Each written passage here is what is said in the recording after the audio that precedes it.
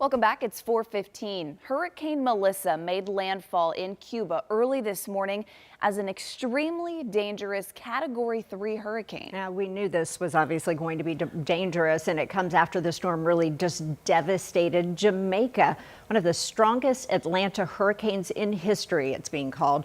Reed Benyon reports.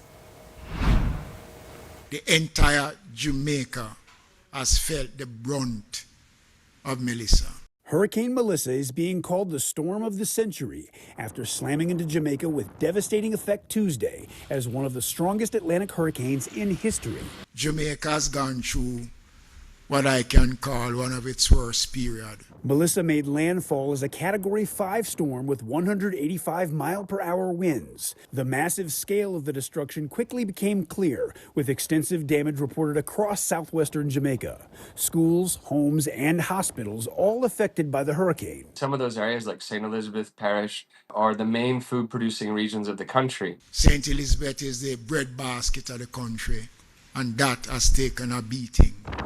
Officials said hundreds of thousands of people on the island were left without power. After tearing across Jamaica, Hurricane Melissa barreled over the Caribbean toward Cuba. Storm surge along the southeast Cuban coast 8 to 12 feet above normal tide levels. And again, dangerous major hurricane force winds expected across portions of southeastern Cuba. More than 735,000 people have been evacuated in Cuba, where residents and officials spent days preparing for the hurricane's impact. I'm Reed Benyon reporting. Now, that impact also felt by Hoosiers vacationing in Jamaica. We talked to Brian Taylor and his wife, Barbara. They shared some of this video with us. They're from Indianapolis, and they've been in Jamaica since Friday celebrating their anniversary. Now, they padded the bathroom walls, they say, with pillows and mattresses just to stay safe during the storm. And we talked to them really about what was the scariest moment as they hunkered down in their hotel. Oh, the growling. Yeah, the howl. And the things banging. The howl of the wind. After the eye will pass, the wind changed a little direction, so the sound became very different. It seemed like a lot louder. And the walls moving. The wall moving, things that you can hear contacting the building. Or even, I can't think that there's not going to be most of the roof intact up there. I think there's going to be quite a few pieces missing. Well, the Taylors tell us they're obviously going to have to find a different spot to celebrate that anniversary when they get back home to Indiana. Certainly glad they're safe, and we appreciate them keeping us updated with what they're seeing down there, and certainly sending everyone our thoughts as well. Yeah, because a lot of, Hoosiers vacation there, as we know that, as they were stuck there. So we've talked about how strong this storm was, and you say it was strong, but it's actually tied for first place. Yeah, for a landfall. There's kind of two different categories for strength.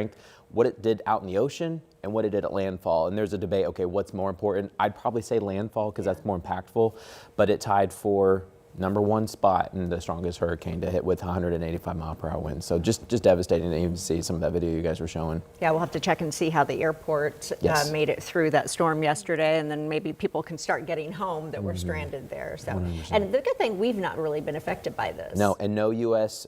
State or territory will be impacted as well. It's going to continue over Cuba and then head out towards sea. I want to show you what the latest maps look like with some of our satellite data. Made landfall in Cuba, like Julia and Samantha were talking about, 3:10 Eastern time earlier this morning. Still a Category 3, but the eye has now closed as it's going over land, and so a weakening process will continue. But it strengthened in between Jamaica and Cuba as we were sleeping overnight last night. This shows you the path that the storm took. Western side of Jamaica only moving about 7-8 miles per hour. So it was as if you were just in a washing machine for 8 hours straight in western Jamaica, now in Cuba. This is the latest track, heading well out towards the sea. Now it will impact some of the southern Bahamas, maybe even just west of Turks and Caicos, but then it will head out to sea, no impact towards the United States. And the reason why is a front that we had several days ago to cool us down is now all the way in the Atlantic, and the system has to now go out towards the east. So thank goodness. I know it got chilly here about a week ago with this front, but it's helping to keep this hurricane far away from the U.S. mainland. We've got our own system to deal with this morning and our own showers, and it's breezy out there this morning. We have some wind gusts up to 30 miles per hour with some light misty showers, especially from Indianapolis and areas to the south. Let's go ahead and take a closer look with Live Doppler 13. That cutoff is right over Greenwood, Center Grove, headed into Mooresville and Monrovia, Danville, Brownsburg, Avon. We're kind of on the edge.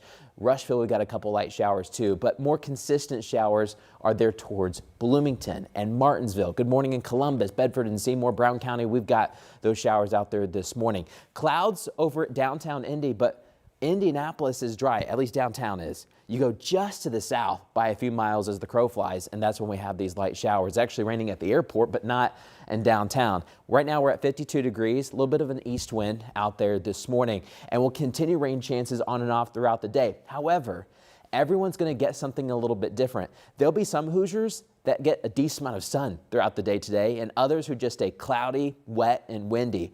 I want to show you how those zones will change over time. So the green colors show you where most likely the consistent light rain bands will be throughout the rest of the morning. Notice farther south and west you go, better chances of that rain continuing. Farther to the north, we may have a little bit of sun to start your day. So where you see just gray colors, expect some sun.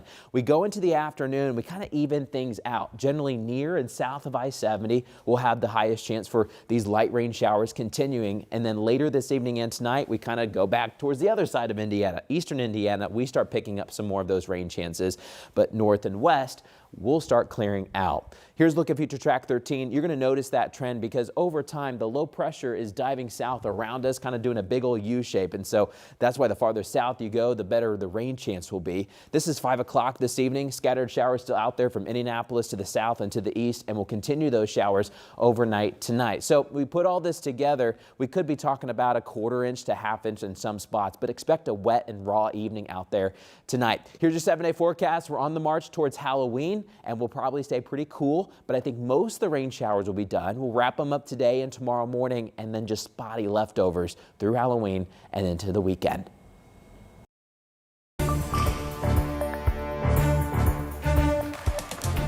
This morning, concerns are growing as to whether the ceasefire between Israel and Hamas is really over. Yeah, because I want to show you there was an airstrike that prompted this worry. This is video showing 2 large blasts